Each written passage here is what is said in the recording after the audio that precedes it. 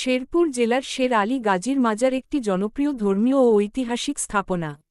শের আলী গাজী ছিলেন একজন বীর যোদ্ধা ও সাধক, যিনি ইসলাম প্রচার ও মানবকল্যাণে অবদান রেখেছেন বলে স্থানীয়রা বিশ্বাস করেন।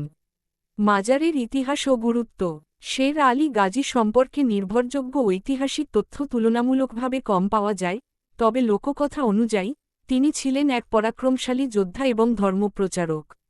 তার মাজারটি স্থানীয়দের জন্য একটি পবিত্র স্থান হিসেবে বিবেচিত হয়, যেখানে বহু ভক্ত মানত করতে আসেন এবং মেলার আয়োজন করা হয়।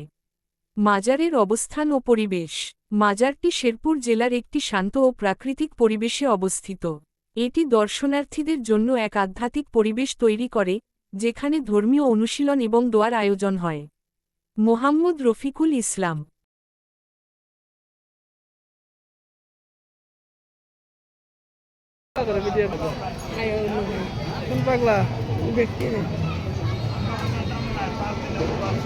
সাক্ষাৎকার